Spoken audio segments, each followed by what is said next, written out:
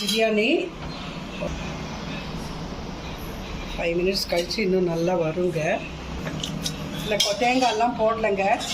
Chicken சாப்பிட்றச்சா கொஞ்சம் தனியாக கொஞ்சம் எடுத்துட்டா நல்லது. கீரை சொன்னேன் இல்லை, அதாங்க ஜஸ்ட்டு 1 மினிட் அப்படியே மூடி வச்சுட்டாலுமே அந்த ஹீட்டுக்கே ஆகிடும். ஹாய் ஃப்ரெண்ட்ஸ், இன்றைக்கி நான் சிக்கன் பிரியாணி, சிக்கன் கிரேவி குழம்பு பண்ண போகிறேன். அதுக்கு நான் கடாய் வச்சுட்டேன். கடாய் நல்லா சூடாயிடுச்சு. அதுக்கு நான் எண்ணெய்லாம் போடல. ஒரு பெரிய வெங்காயம் கட் பண்ணி சின்னதாக ரொம்ப பொடிசாக கட் பண்ணி வச்சுருக்கேன். வதக்கிக்கிறேன். இது நான் எண்ணெய் இல்லாமல் பண்ணுறேன். கடைசியில் கொஞ்சம் எண்ணெய் விட்டு தாளிச்சுப்பேன். இப்போ இதில் தாளிப்பு எதுவுமே போடலை. இல்லை ஒரு பெரிய தக்காளி, நான் ஒரு 1/4 கிலோ சிக்கன் தான் கிரேவியாக பண்ண போகிறேன். மார்னிங் பிரேக்ஃபாஸ்ட்டுக்கு குழம்பு தான், கிரேவி இல்லை.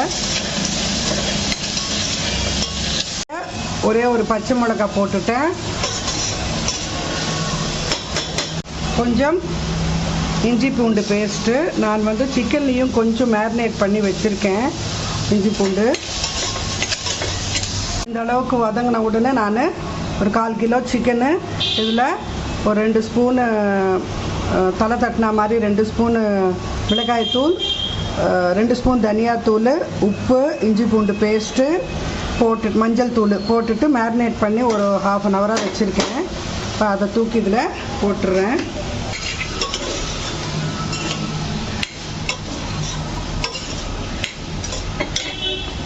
நல்லா மூடி வச்சுட்டு கொஞ்சம் நேரம் வதங்கட்டுங்க, அப்புறமா காட்டுறேன். திறந்து பார்க்கலாம். தண்ணி விட்டு வந்திருக்கு. இதில் இன்னும் கொஞ்சம் கூட நல்லா வதங்கட்டும்.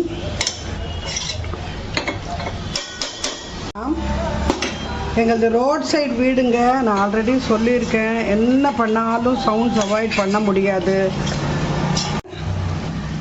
இந்த தண்ணி ஊற்றிடுறேங்க. உங்களுக்கு எவ்வளோ தண்ணியாக குழம்பு வேணுமோ அந்த அளவுக்கு இன்னும் கொஞ்சம் கூட ஊற்றிக்கிறேன். இதை தூக்கி வேறு அந்த ஸ்டவ்வில் வச்சுட்டு நெக்ஸ்ட் இது பார்த்துக்கலாங்க. இப்போ அந்த சிக்கன் அங்கே வெந்துன்னு இருக்கட்டும். நான் இதுக்குள்ளே பிரியாணிக்கு ரெடி பண்ணிக்கிறேங்க. பிரியாணி எண்ணெய் விட்டேன். ஒரு 50 ml எண்ணெய் விட்டுருக்கேங்க. ஏதோ நம்ம ஒரு இதுக்கு நிறைய ஊற்றச்சா இன்னொரு இதில் கொஞ்சம் குறைச்சிக்கலாம் தான், அதுக்கு ரொம்ப எண்ணெய் போடலை. இப்போ இதில் ஒரு ஸ்டார் அன்னாசி, ஒரு 4 ஏலக்காய், ஒரு 6 கிராம்பு, பட்டை இந்த அளவுக்கு துண்டை நான் அப்படியே பிச்சு போட்டிருக்கேன். அப்புறமா இது என்ன சொல்லுவாங்க, அன்னாச்சி பூ, இல்லை இது ஏதோ சொல்லுவாங்க, எனக்கு தெரியாது. இது கொஞ்சோண்டு, இது ரொம்ப போட்டால் அப்படியே ரொம்ப பயங்கர ஸ்மெல் வந்துடுங்க. சும்மா போடலான்னு போட்டிருக்கேன். இப்போ அதுலேயே 2 பிரியாணி இலை பிச்சு போட்டுறேன். ரொம்ப பெருசாக இருக்குது, அதனால் நல்லா பொரிஞ்சிடுச்சு. இதில் நான் நல்லா 3 வெங்காயம்ங்க கட் பண்ணி வச்சுருக்கேன் நீளமாக.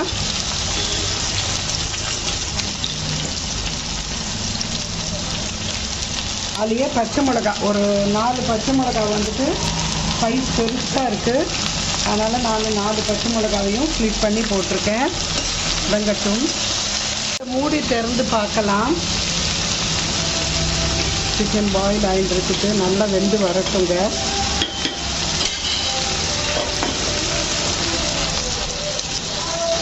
மூடி வச்சு நான் வெங்காயத்தை வதக்கிக்கிறேன். ஃப்ளேம்ஸை கொஞ்சம் மீடியமில் வச்சுருக்கேன். தீயாமல் வெங்காயம் கருப்பாகாமல் பார்த்துக்கலாம் வச்சுருக்கு. பார்க்கலாம். இது ஏசி பாத்திரங்க, குயிக்காக ஆகிடும். அதனால் மூடி வச்சாதாங்க இதில் ப்ராப்பர் குக்கிங்கு. நான் இது எவ்ரி வீடியோவில் சொல்கிறேன். இல்லாட்டா அது நார்மல் கடாய் மாதிரியே தான் நம்மளுக்கு அப்புறமா யூஸ் ஆகிற மாதிரி ஆகிடும். அடங்கின்றிருக்கு. இது பாருங்கள், நான் அப்படி வச்ச ஜஸ்ட்டு ஒரு 20-30 செகண்ட்ஸ்க்கே எவ்வளோ அழகாக வந்துடுச்சு. இப்போது இது பார்க்கலாம். கொஞ்சம் வேகட்டும் சிக்கனு. உப்பு காரம் பார்க்குறேன். போருங்க. இன்னும் கொஞ்ச நேரம் வேகட்டும். அது நல்லா ப்ரௌனிஷாக வந்துருச்சு. இப்போ நான் இதில் கொத்தமல்லி, புதினா, 2 கைப்பிடி கொத்தமல்லி, 2 கைப்பிடி புதினா நல்லா வாஷ் பண்ணிவிட்டு கட் பண்ணி வச்சுருக்கேன். இதையும் போட்டு வதக்கிக்கலாம். கொத்தமல்லி, புதினா ஓரளவு நல்லாவே வதங்கிடுச்சு. ரொம்ப கருப்பாயிட போகுது. இப்போ நான் இதில் வந்துட்டு ஒரு 2 ஸ்பூன் தனியா, ஒரு கொஞ்சோண்டு ஒரு 1/4 ஸ்பூன் மிளகு வந்துட்டு நான் வறுத்துக்கிறேங்க ட்ரை ரோஸ்ட் பண்ணுறதுக்காக. இப்போ இதில் இஞ்சி பூண்டு பேஸ்ட்டு போட்டுடுறேன். நான் வந்து கொஞ்சம் இஞ்சி பூண்டு பேஸ்ட்டை வந்துட்டு இதில் போட்டுட்டேங்க, சிக்கன் மேரினேஷனில். ரிமைனிங் தான் இதுக்கு போடுறேன். வதக்கிக்கலாம். இஞ்சி பூண்டு பேஸ்ட்டு இப்போ வதங்கிடுச்சு. இப்போ இதில் தக்காளி, 3 தக்காளி, மீடியம் சைஸ் தக்காளி வதக்கி கட் பண்ணி வச்சுருக்கேன். அதை போடுறேன்.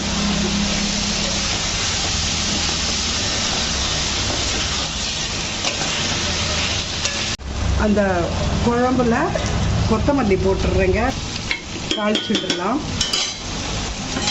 இது இன்னும் வதங்கணுங்க. சிம்மில் வச்சுருக்கேன். இப்போ நான் வேறு ஃப்ரை பேனில் கொஞ்சம் எண்ணெய் விட்டு அதில் கொஞ்சம் சோம்பு போட்டு அதுலேயே நான் பட்டை, லவங்கம், ஏலக்காய், பிரியாணி இலை, கிராம்பு எல்லாத்தையும் போட்டு இடித்து வச்சுருந்தேங்க. அதை போட்டுட்டு அதை ஒரு ஸ்பூன் போட்டுட்டு கொஞ்சம் கருவேப்பிலையும் போட்டுட்டு அதை தாளித்து விட்டுட்டேன். இதில் அந்த நான் ட்ரை ரோஸ்ட் பண்ணேன்ல, அதில் இதை எடுத்து நான் ரொம்ப போடலைங்க, கொஞ்சமாக போடுறேன். ஏன்னா நம்ம கொஞ்சம் தான் பண்ணுறோம். ஒரு மேபி ஒரு ஸ்பூனு அவ்வளோதாங்க. இது ஆஃப் பண்ணிடலாம். சிக்கன் நல்லா வெந்து போயிடுச்சு. 1/2 கிலோ சிக்கனுங்க, லெக்கு, அதான் அந்த பிரியாணி கொடுக்குற மாதிரி பீசஸ் கொடுத்துருக்காங்க. அதில் நிறைய தயிர், நல்ல ஒரு கப்பில், இந்த அளவு கப்பில் தயிர், உப்பு, மஞ்சள் தூள், மிளகாய் தூள், 2 ஸ்பூன் மிளகாய் தூள் போட்டிருக்கேன். போட்டுட்டு இதை நல்லா இஞ்சி பூண்டு பேஸ்ட்டு போட்டுட்டு நான் மேரினேட் பண்ணி ஒரு 1 ஹவராக வச்சுருக்கேங்க. இப்போ இதை இதில் போட்டுடுறேன்.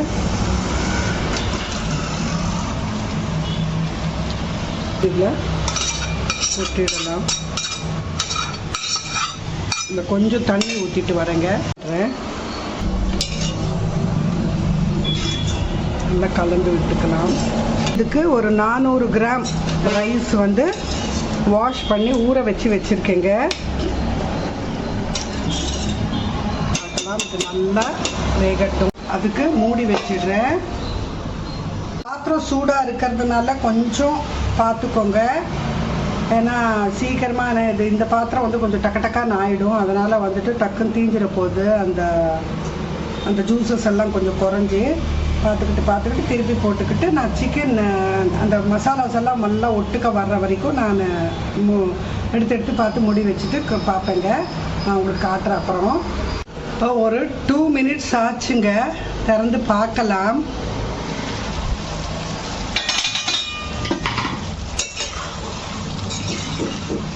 ஒரு வாட்டி ஒரு மசாலா போட்டு நம்ம பிரியாணி பண்ணிக்கலாங்க. சில பேர் ஒன்றுமே ரொம்ப சிம்பிளாக வெறும் பட்டை, லவங்கம், ஏலக்காய், பிரிஞ்சி இலை போட்டு பண்ணுவாங்க. சில பேர் பிரியாணி இலையே போடாமல் வெறும் பட்டை, லவங்கம், ஏலக்காய் மட்டும் போடுவாங்க. சில பேர் மராட்டி முக்கு, நிறைய எல்லாமே ஸ்டார் அனஸ் எல்லாமே நிறைய மசாலாஸ் போட்டு பண்ணுவாங்க. நம்ம இஷ்டம்தாங்க. நம்ம ஒரு ஃப்ளேவர் ஒரு வாட்டி பண்ணி சாப்பிட்டுக்கலாம். ரெகுலராக போடுறது பட்டை, லவங்கம், ஏலக்காய், ஸ்டார் அனாஸு, பிரியாணி இலை, அவ்வளோதான். மிச்ச இன்க்ரீடியன்ட்ஸு வெங்காயம், தக்காளி, இஞ்சி பூண்டு இதெல்லாம் எல்லாமே வந்துட்டு நார்மல் தான். அந்த அளவு கரெக்டாக போட்டுக்கணும், அவ்வளோதான். பாட்டி பிரியாணி பண்ணுறச்சா ஒரு டேஸ்ட்டில் வரும் இல்லையா, அந்த குவான்டிட்டிஸ் தான். நம்ம ஒரே மாதிரி கரெக்டாக நம்மளுக்கு வராது. இப்போ ஏலக்காய் 4ங்கிறோம், அது பெரிய ஏலக்காய் 2, சின்ன ஏலக்காய் 2 அப்படி இருக்கலாம். இல்லை 4மே சின்ன ஏலக்காய் இருக்கலாம், இல்லை 4மே பெரிய ஏலக்காய் இருக்கலாம் இல்லையா. அந்த சைஸஸ் பொறுத்து கூட ஒரு அப்ராக்சிமேட்டு தான் நம்ம சொல்ல முடியுமே தவிர, நம்ம தான் வந்துட்டு ஓ இந்த ஏலக்காய் பயங்கர காட்டாக இருக்குதா, ஓ இந்த இந்த இலை பிரியாணி இலை கொஞ்சம் பெருசாக இருக்குதா, அவ்வளோதான். எல்லாமே டிஃப்ரென்ஸ், இது ஒன்றும் பெரிய இது இல்லை. இப்போ இது நல்லா கொஞ்சம் ஓரளவுக்கு வந்துருச்சு. இப்போ நான் ரைஸை வந்துட்டு நல்லா வாஷ் பண்ணி ஊற வச்சுருக்கேன். அதில் நான் அதே ரைஸ் ஊற வச்ச தண்ணியே வந்துட்டு நான் ஒரே ஒரு கிளாஸ் போட்டு கொஞ்ச நேரம் வேக வச்சுக்கிறேன் இந்த சிக்கனை. இதெல்லாம் தாங்க டிஃப்ரென்ஸ். அதே தண்ணி ஊற்றி சில பேர் பண்ணுவாங்க, சில பேர் அந்த தண்ணி ஊற்றாமல் அதை ரைஸை நார்மல் தண்ணி ஊற்றிட்டு அந்த தண்ணியை ஊற்றிடுவாங்க. இது நல்ல ஒரு ஃப்ளேவர் தானே, அதுக்காக நான் வந்துட்டு ஊற்றிருக்கேன். பார்க்கலாம். இப்போ இதை மூடி வச்சுட்டு நான் ஒரு 3 மினிட்ஸுக்கு அப்புறமா நான் பார்க்குறேங்க. 2 மினிட்ஸ் to 3 மினிட்ஸ் 2 மினிட்ஸ் ஆச்சு, எடுத்து பார்க்குறேன்.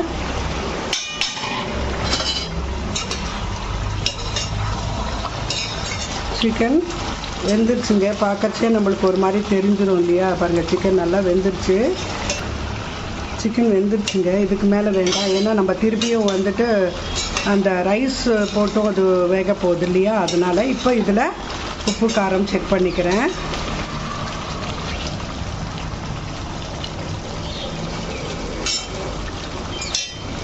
போருங்க. பேலன்ஸ் தண்ணி விட்டுக்கலாம். இது வந்து 2 கிளாஸ் தண்ணி எடுத்தேன்னு சொன்னேன், 2 கிளாஸ் இது எடுத்தேன்னு சொன்னேன் இல்லையா ரைஸு. ஸோ ஆல்ரெடி நான் வந்துட்டு அதில் 1 கிளாஸ் விட்டுட்டேன். அதே ஊற வச்ச தண்ணி தான் எவ்வளோ இருக்குதோ அவ்வளோ எடுத்துக்கிறேன். நான் அளந்தெல்லாம் ஊற வைக்கலைங்க. அரிசி நல்லா முக்கிற வரைக்கும் ஊற வச்சேன். 3 கிளாஸ் தண்ணி விடணும் இல்லையா? 1க்கு 1.5 கணக்கில். இதில் 2 கிளாஸ்க்கு இந்த கொஞ்சம் இருக்குது, 2 கிளாஸ்ன்னு வச்சுக்கோங்க. இப்போ நான் 3வது கிளாஸு தண்ணி குடிச்சிட்டு வந்து ஊற்றுறேங்க. இப்போ 2 கிளாஸ்க்கு 3 கிளாஸ் தண்ணி ஆயிடுச்சு. இந்த தண்ணி கொஞ்சம் நல்லா பாயில் ஆகி வரட்டும். கொதிச்சு வருது. இப்போ இதில் ரைஸை போட்டுடலாம்.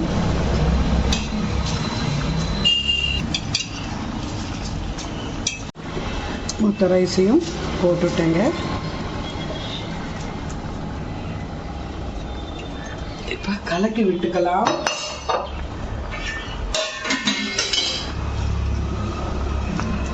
ஃப்ளேம்ஸ் நல்லா ஹைலியே இருக்கட்டும்.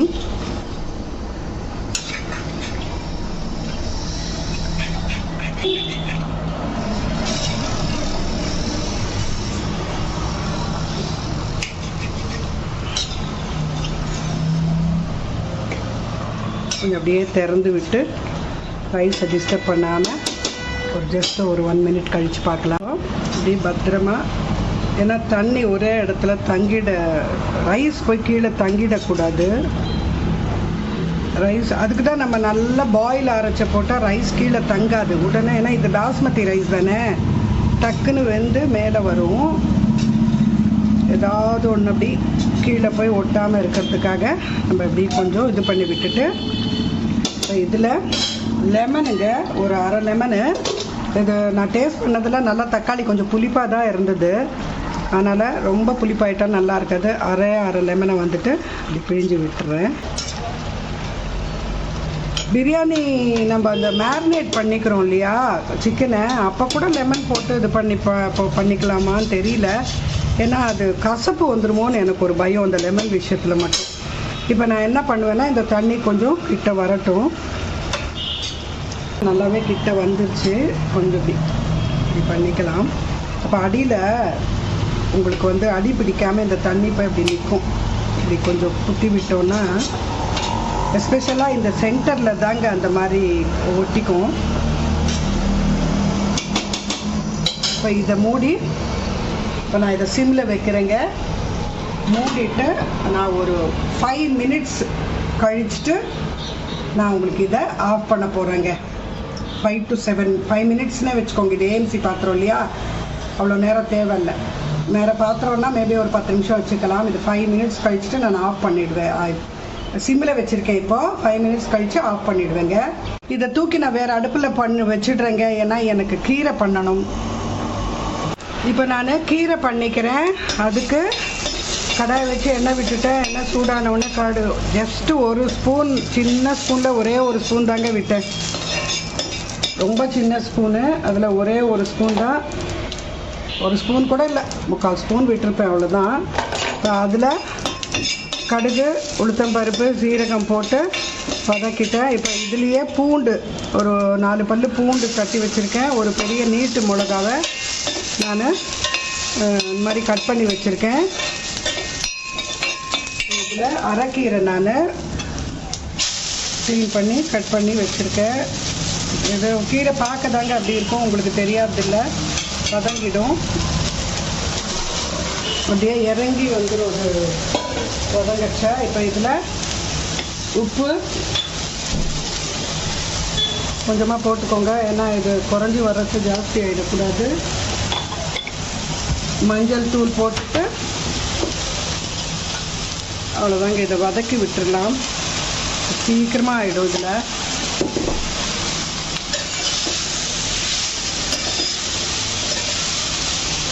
இப்போ அது 5 நிமிஷம் ஆயிடுச்சுங்க, நான் ஆஃப் பண்ணிடுறேன்.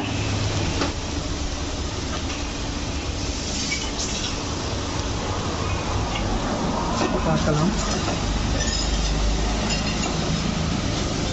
கீரை ஆக்சுவலாக இது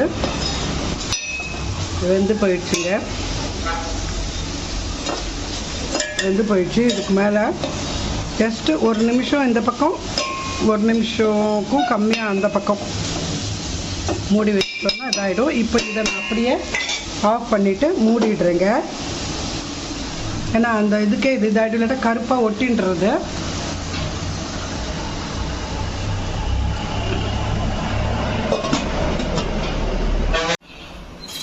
பிரியாணி ஒரு 5 மினிட்ஸ் கழித்து, இன்னும் கொஞ்சம் கூட நம்ம கொஞ்சம் நேரம் கழித்து தாங்க எடுக்க போகிறோம். பட் உங்களுக்கு காட்டுறதுக்காக நான் இப்படி எடுக்கிறேன்.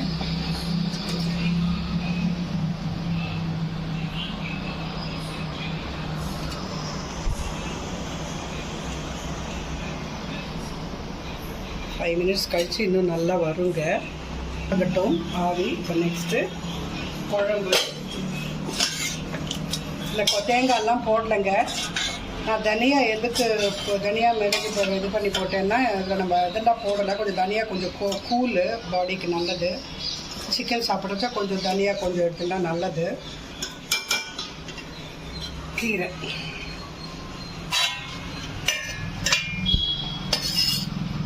சொன்னேன் இல்லை, அதாங்க ஜஸ்ட்டு 1 மினிட் அப்படியே மூடி வச்சுட்டாலுமே அந்த ஹீட்டுக்கே ஆகிடும்.